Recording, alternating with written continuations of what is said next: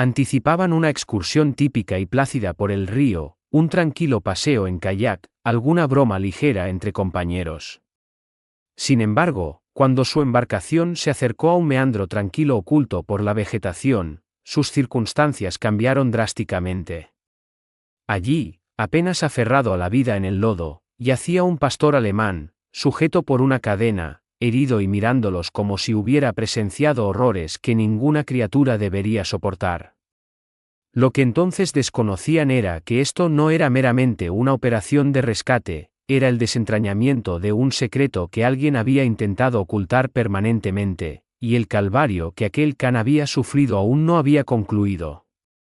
Se suponía que sería simplemente otro destino en su viaje de verano, 3 compañeros de toda la vida navegando por el río Sella en una parte remota de Asturias a un ritmo pausado, buscando solo belleza natural y tranquilidad.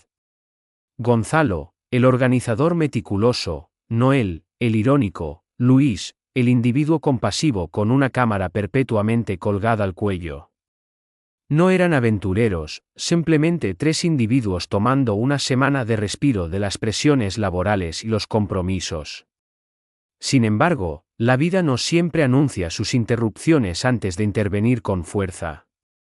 Mientras sus kayaks navegaban por una curva cubierta de musgo bordeada por densa maleza y árboles maduros, Gonzalo hizo una señal a los demás para que se detuvieran. Había una incongruencia. El suave viento había cesado, la vida aviar había enmudecido. Y entonces lo observaron, situado justo más allá de la orilla del río, parcialmente oculto por follaje húmedo y sombras, yacía un can, un pastor alemán, corpulento, cubierto de barro, sangrando, enroscado fuertemente como un secreto moribundo. Una cadena corroída y áspera rodeaba su cuello, su extremo opuesto incrustado en la tierra como para sujetarlo permanentemente. Su respiración era superficial, su mirada desprovista de súplica, vacía, sin parpadear, pero conteniendo un elemento que hizo que Luis dejara caer su dispositivo fotográfico. Los 3 hombres salieron apresuradamente de sus kayaks.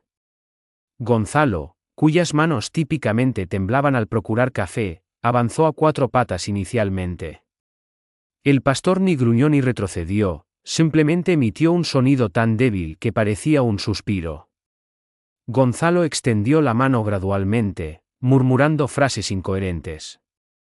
A medida que se acercaba, más detalles se hicieron evidentes, una profunda laceración a lo largo de su flanco, patas inflamadas y agrietadas, incrustadas de sangre seca y suciedad.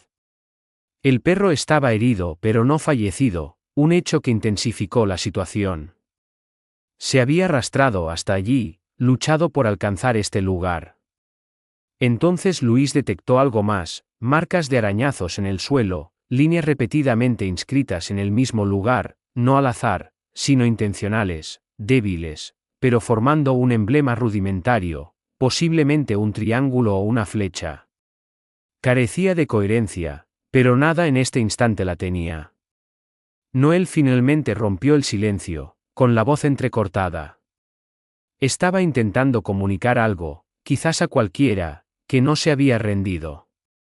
La comprensión los golpeó a todos simultáneamente. Este perro no era meramente una víctima de negligencia, había eludido algo, soportado algo, llegado a la orilla del río no para perecer, sino quizás para ser descubierto.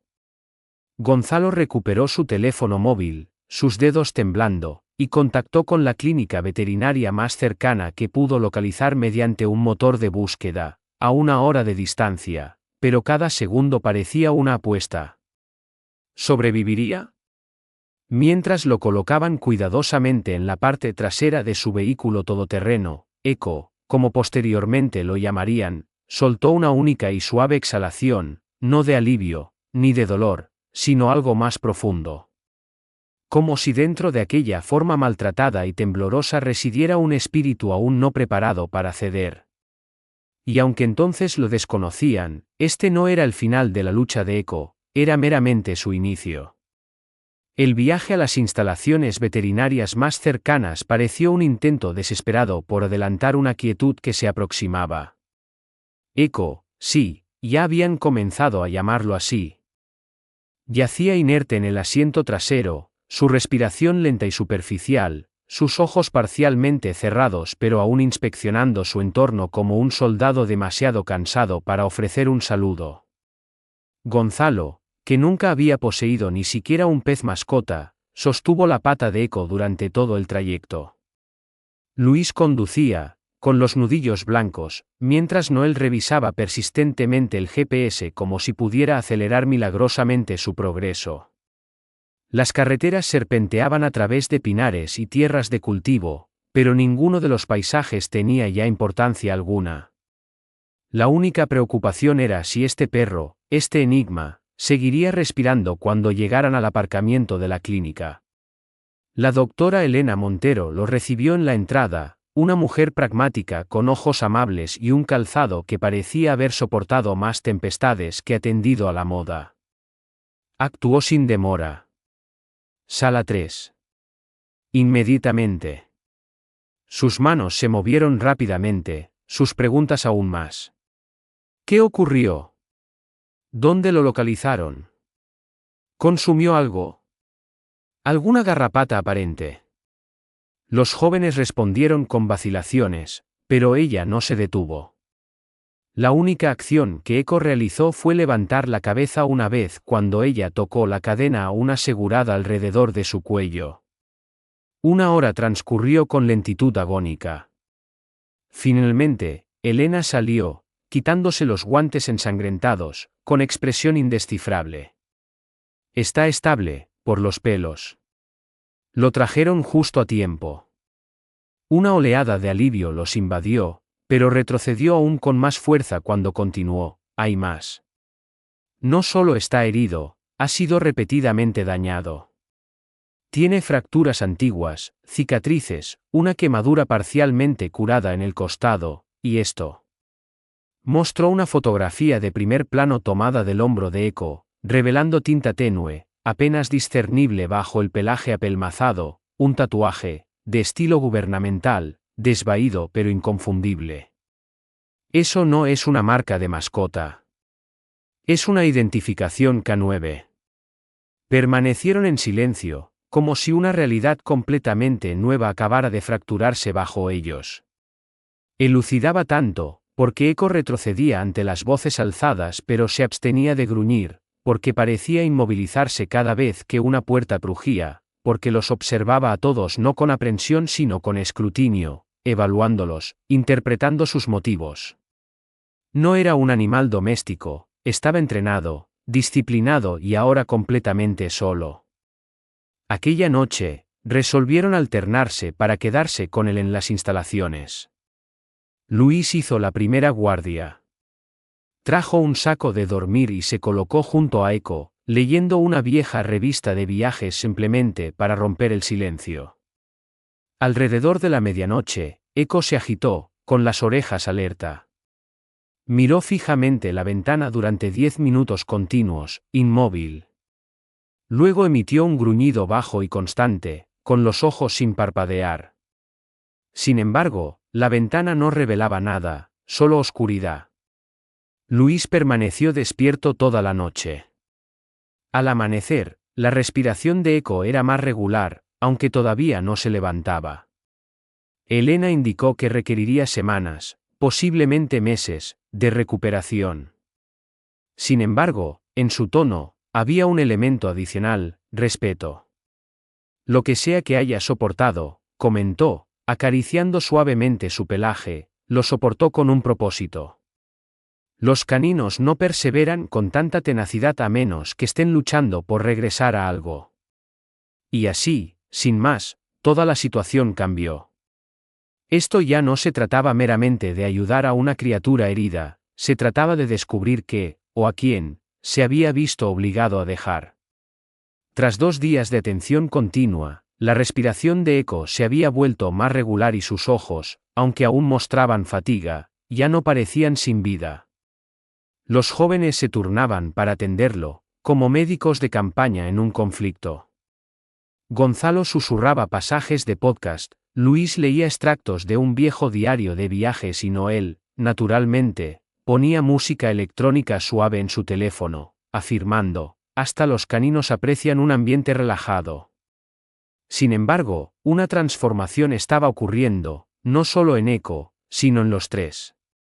Este perro no solo se estaba recuperando, estaba revelando algo, gradualmente, silenciosamente. Noel, siempre el individuo tecnológicamente inclinado, resolvió compartir la difícil situación de Eco en un grupo local de Facebook para entusiastas de los perros. Publicó una imagen de Eco descansando bajo una colcha en la clínica veterinaria, acompañada de una súplica directa: lo descubrimos atado junto al río, casi muerto. El veterinario sospecha que pudo haber sido un K9. ¿Alguien lo identifica? Anticipaba poca respuesta, quizás algunas difusiones, algunas expresiones de simpatía, una contribución caritativa o dos. Lo que no previó fue una comunicación confidencial de un perfil anónimo, sin imagen, sin conexiones, simplemente 5 palabras: ese no es un perro cualquiera. Noel parpadeó. Luego, el mensaje subsiguiente golpeó con fuerza: aléjate. No es tu lucha. Se lo mostró a los otros. Se quedaron helados. Un escalofrío impregnó la habitación como una lenta e insidiosa fuga de pavor. ¿Era esto alguna broma extraña, o alguien que realmente conocía la identidad de Eco? Aún inquietos, decidieron despejarse y llevar a Eco, ahora capaz de cojear unos pocos metros con apoyo, a dar un corto paseo. El sol del atardecer atravesaba las nubes como un tímido foco. Elena les había dado permiso para usar el campo trasero detrás de la clínica, un terreno abierto cerca de una línea de árboles densos. Pero Eco no quería caminar por el sendero. Tiró hacia la esquina más alejada, un área medio cubierta de hierba alta y hojas secas. De repente, se detuvo. Su nariz golpeó el suelo. Y entonces comenzó a cavar, rápido, concentrado, como si supiera lo que estaba enterrado allí. Gonzalo se arrodilló para ayudar, apartando capas de tierra con las manos. Un destello de metal captó la luz. Desenterraron una pequeña placa de perro medio enterrada, desgastada, gastada y fría. Decía: Unidad TW47A. Se les encogió el estómago. La voz de Noel salió débil. TW. Tomás Varela. Elena, que acababa de llegar, llamó desde el edificio y lo confirmó. Tomás Varela, un exoficial, guía K9, desapareció hace 2 años en una operación encubierta fallida durante una investigación de narcóticos. Presuntamente muerto, pero su cuerpo nunca fue encontrado. Eco permaneció inmóvil, su mirada fija en aquella placa, inmóvil. Gonzalo dijo en voz baja: «Eras su perro, ¿verdad?». Eco no respondió, pero su cola se movió una sola vez. Al caer la noche, la doctora Elena había consultado el número de la placa en una antigua base de datos policial. La coincidencia era clara.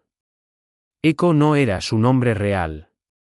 Una vez estuvo registrado como Sombra, asignado al oficial Tomás Varela. Y ahora lo sabían: este perro no solo había escapado del abuso, había escapado de algo organizado, algo encubierto, algo peligroso. Eco, o Sombra, había llegado a aquella orilla del río no para morir, sino para guiar a alguien de regreso a una verdad que otra persona había intentado enterrar. Fuera lo que fuese aquel símbolo arañado en la tierra, no era solo una petición de ayuda, era un mapa. Y alguien por ahí no quería que se siguiera. Ciertos recuerdos no piden consentimiento, invaden la conciencia como tempestades, no solicitados y persistentes. Eco, aún recuperándose, aún mudo, comenzaba a recordar. Comenzó aquella noche, poco después de la medianoche. Gonzalo se había adormecido en el asiento junto a él, con la cabeza reclinada, emitiendo un suave ronquido. La cámara estaba silenciosa, salvo por el zumbido del aparato de la clínica. Entonces Eco comenzó, no una simple contracción, sino una convulsión eléctrica. Sus patas se movían como si estuvieran en movimiento, los dientes al descubierto en un sueño que solo él percibía. Su respiración se aceleró, las orejas aplastadas. Gimió, un sonido agudo y urgente, incongruente con el can estoico que habían llegado a conocer. Luis, observando desde el otro lado del tabique, entró apresuradamente. Se agachó junto al perro, murmurando su nombre, Eco, Sombra, ambos. El perro no respondió, no inicialmente. Entonces, bruscamente, los ojos de Eco se abrieron de golpe, desorbitados, desenfocados. Ya no estaba en la clínica, estaba en un lugar completamente diferente. Y en aquella mirada inmovilizada, Luis lo percibió. Miedo, no de sufrimiento, sino de recuerdo. Destello. Las llamas lamían los bordes de un almacén. Destello. El estampido de armas de fuego. Hombres gritando. La voz de Tomás, firme, fuerte, pero alarmada. Sombra, márchate. Evacúa este lugar. El estallido de una bengala de señales. Otra detonación. Luego, oscuridad. El cuerpo de Eco se tensó como si sus músculos recordaran la fuerza antes de que su mente la registrara. Luis permaneció a su lado, hablando en voz baja, acariciando su pelaje. Después de minutos que parecieron una eternidad, Eco recayó por completo en el sueño, su pecho subiendo y bajando en prolongadas y erráticas ondulaciones. Aquella fue la noche en que Luis comprendió un hecho irrefutable: este can no solo soportaba heridas, soportaba un conflicto. A la mañana siguiente, la doctora Elena lo corroboró. Este grado de angustia psicológica no es únicamente físico, afirmó, revisando sus registros. Exhibe todos los indicadores de TEP, al igual que los humanos: ruidos fuertes, recuerdos intrusivos, vigilancia intensificada. Lo que sea que ocurrió durante esa operación, continúa afectándolo. Noel, que había estado investigando a Tomás Varela en Internet, entró con una colección de materiales impresos y 2 recipientes de café solo. Hay una discrepancia en la cronología, comentó, colocando los documentos sobre la superficie. Los informes indican que Tomás pereció 2 años antes en una operación encubierta, pero no hay imágenes del lugar, ni examen post-mortem, simplemente un único memorando policial que indica que se perdió en acción y fue declarado fallecido 6 meses después. Y aquí está el detalle crucial: su placa nunca fue recuperada. Gonzalo levantó la mirada. Entonces, ¿cuál es tu implicación? Mi implicación es que quizás Tomás nunca murió realmente. O quizás un individuo no deseaba que nadie investigara demasiado a fondo las circunstancias de su desaparición. Un momento de quietud. Luego Eco, que había estado reclinado en el rincón, se levantó gradualmente. Por primera vez desde la orilla del río, dio 3 pasos deliberados hacia Gonzalo, se sentó y apoyó la cabeza en la pierna de Gonzalo. Ni gemidos, ni gruñidos, simplemente una conexión silenciosa. Luis observó, asombrado. Es como si comprendiera que creemos en el ahora. Desde ese momento, todo se alteró. Los 3 compañeros ya no eran meros turistas, ahora estaban profundamente involucrados. Lo que fuera que le había sucedido a Eco, Sombra, no era únicamente el padecimiento de Eco, era un hilo conductor, y apenas habían comenzado a desentrañarlo. Y muy lejos, otra parte también era consciente de esto. La mañana siguiente al recuerdo intrusivo de Eco, prevaleció una atmósfera opresiva, como si el aire mismo anticipara un evento inminente. Gonzalo afirmó haber observado un todoterreno oscuro pasar por la clínica 2 veces en un lapso de 10 minutos. Noel intentó descartarlo con una broma sobre excéntricos locales realizando el recorrido en coche más pausado del mundo, pero Luis no esbozó una sonrisa, ni ninguno de ellos. No podían disipar la sensación de que no solo estaban entrando inadvertidamente en una situación peligrosa, estaban siendo observados mientras caminaban directamente hacia ella. Y entonces, las señales de advertencia se intensificaron. Cuando salieron a su todoterreno para procurar el desayuno, descubrieron que todos los neumáticos habían sido limpiamente pinchados. Ningún mensaje, ninguna desfiguración, simplemente incisiones precisas y quietud, el tipo de quietud que comunica amenazas con fluidez. Gonzalo inspeccionó los alrededores, no él caminaba de un lado a otro, murmurando para sí mismo. Luis miraba directamente a la calzada vacía, entrecerrando los ojos. Quienquiera que sea el responsable, no solo está intentando asustarnos, afirmó. Pretenden que cesemos. Sin embargo, ese no fue el incidente que quebró la tranquilidad, eso ocurrió más tarde esa noche, poco después de las 2 de la madrugada. Eco, aún recuperándose en la sala de recuperación principal de la clínica, emitió un ladrido abrupto y profundo, luego otro, seguido de un gruñido contenido y visceral que se sintió demasiado innato como para ignorarlo. Luis, que nuevamente había emprendido la guardia nocturna, se incorporó de un salto de su catre. Eco estaba frente a la ventana principal de la clínica, con el cuerpo rígido, las orejas enfocadas. Luis corrió hacia las cortinas de la ventana. Nada, simplemente noche, viento y sombras, hasta que lo percibió, al otro lado de la vía, oculto por un grupo de árboles, había un hombre con un abrigo oscuro, inmóvil, simplemente observando. Luis buscó a tienta su teléfono, intentando ampliar la imagen de la figura con su cámara, pero el hombre giró y desapareció en la oscuridad como si los árboles se lo hubieran tragado. Cuando las fuerzas del orden llegaron 20 minutos después, no había rastro, ni huellas, ni vehículo cercano, solo un aparcamiento vacío y las habituales garantías de «investigaremos». A la mañana siguiente, Elena llegó más temprano de lo habitual. Los jóvenes contaron todo, los neumáticos, el hombre, el todoterreno, los mensajes.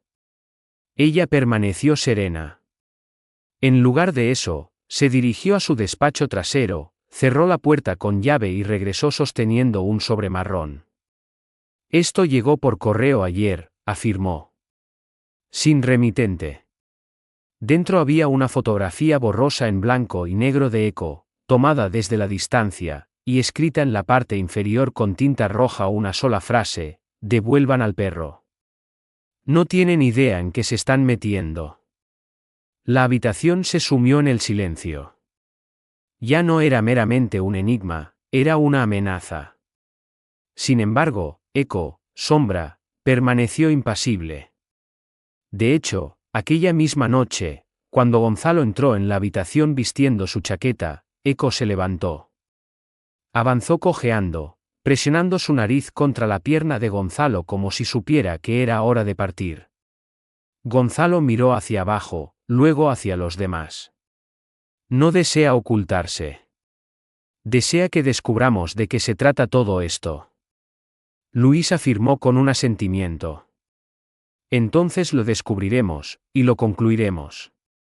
Externamente, el cielo se ensombreció, el viento se intensificó. El mundo, al parecer, se inclinaba a escuchar. Ahora poseían un nombre: Tomás Varela, oficial, guía K9, dependiendo del informante, o una víctima trágica de una operación comprometida o la figura central en una narrativa deliberadamente alterada. Gonzalo estaba encorvado sobre su portátil, como si intentara manipular el tiempo mismo.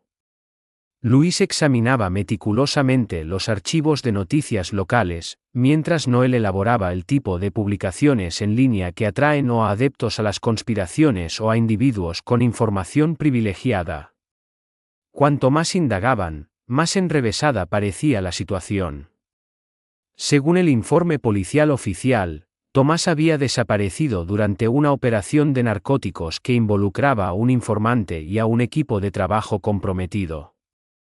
La investigación se había cerrado tras una pesquisa de asuntos internos, pero detalles censurados sugerían que Tomás había estado reuniendo pruebas de forma independiente contra sus propios colegas.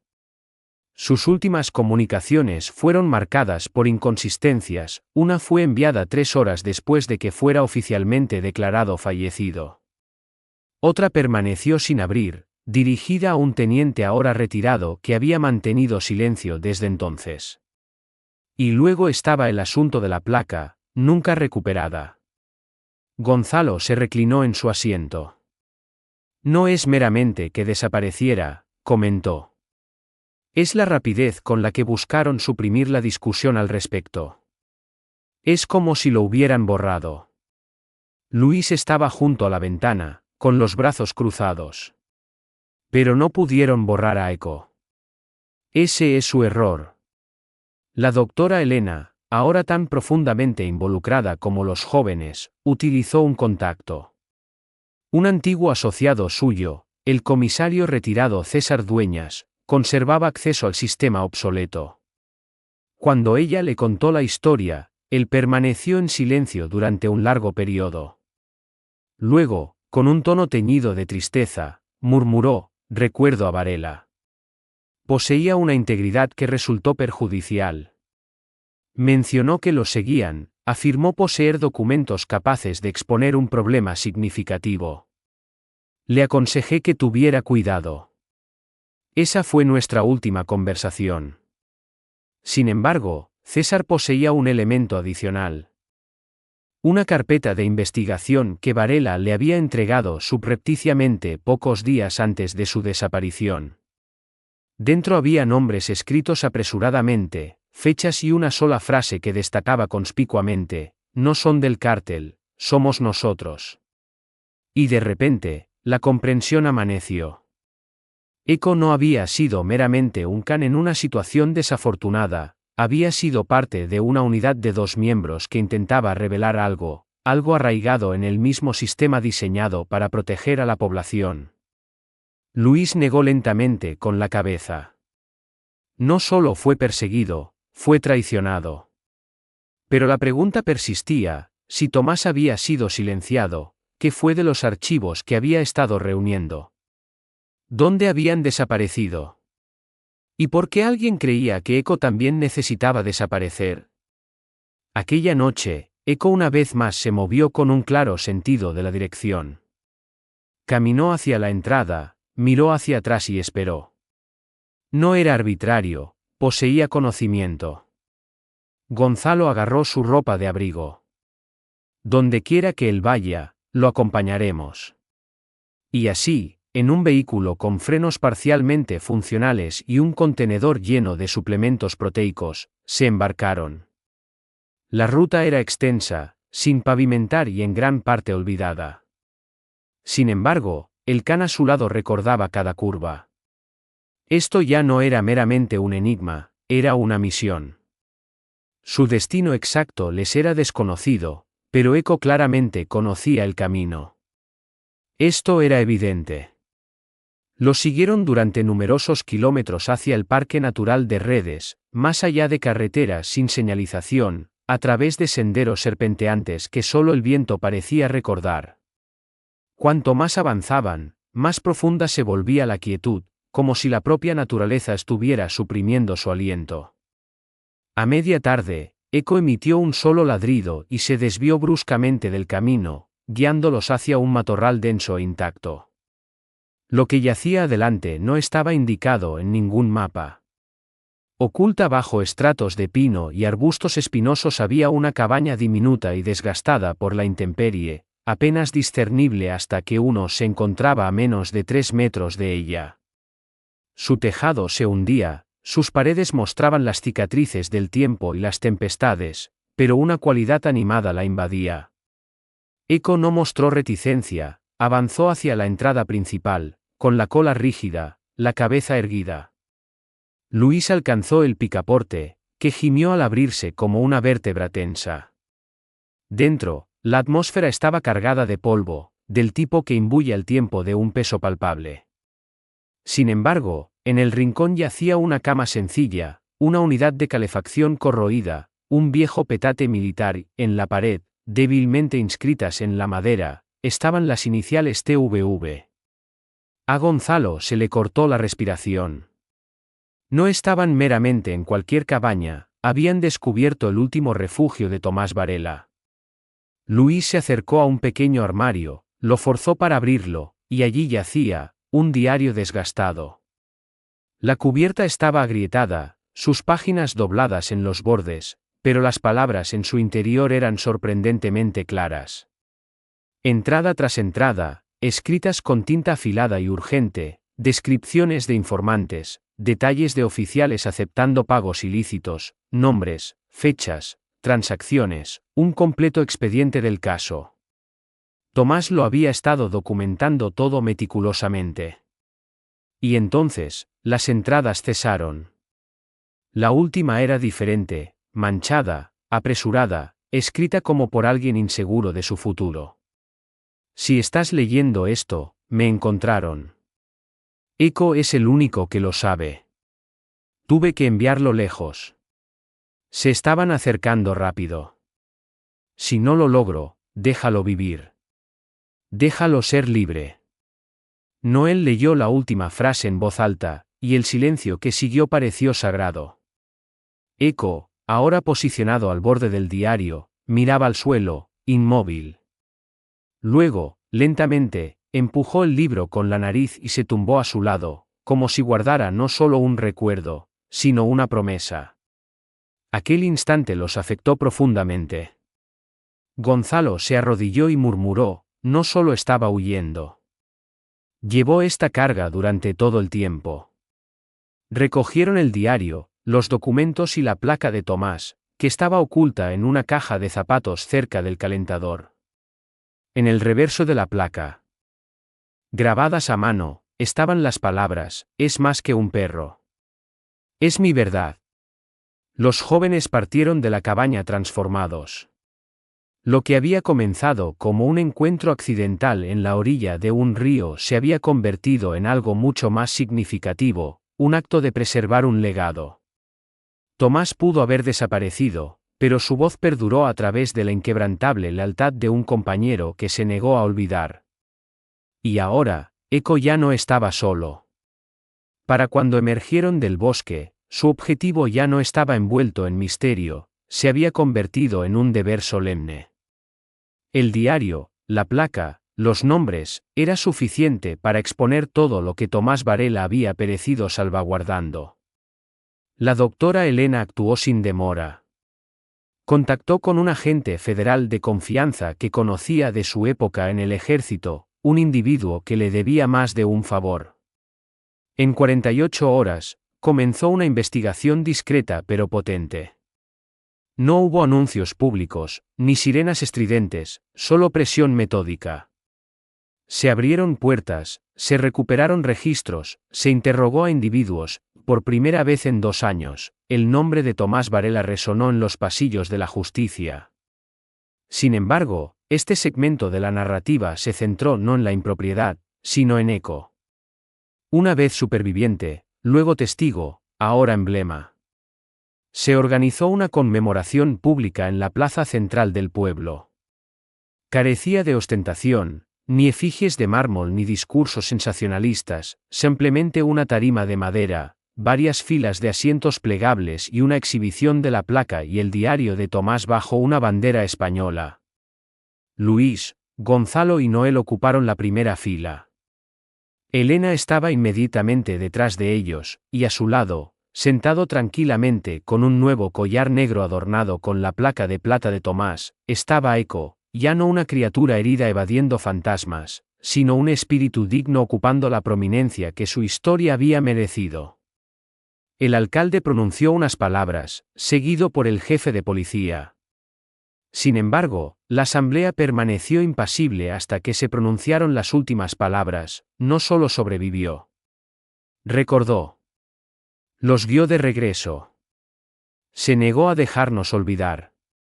A medida que los aplausos disminuían, Eco avanzó unos pasos deliberados y se colocó debajo de la bandera, con la mirada dirigida hacia los asistentes como si aún buscara a alguien, o quizás, supervisándolos a todos.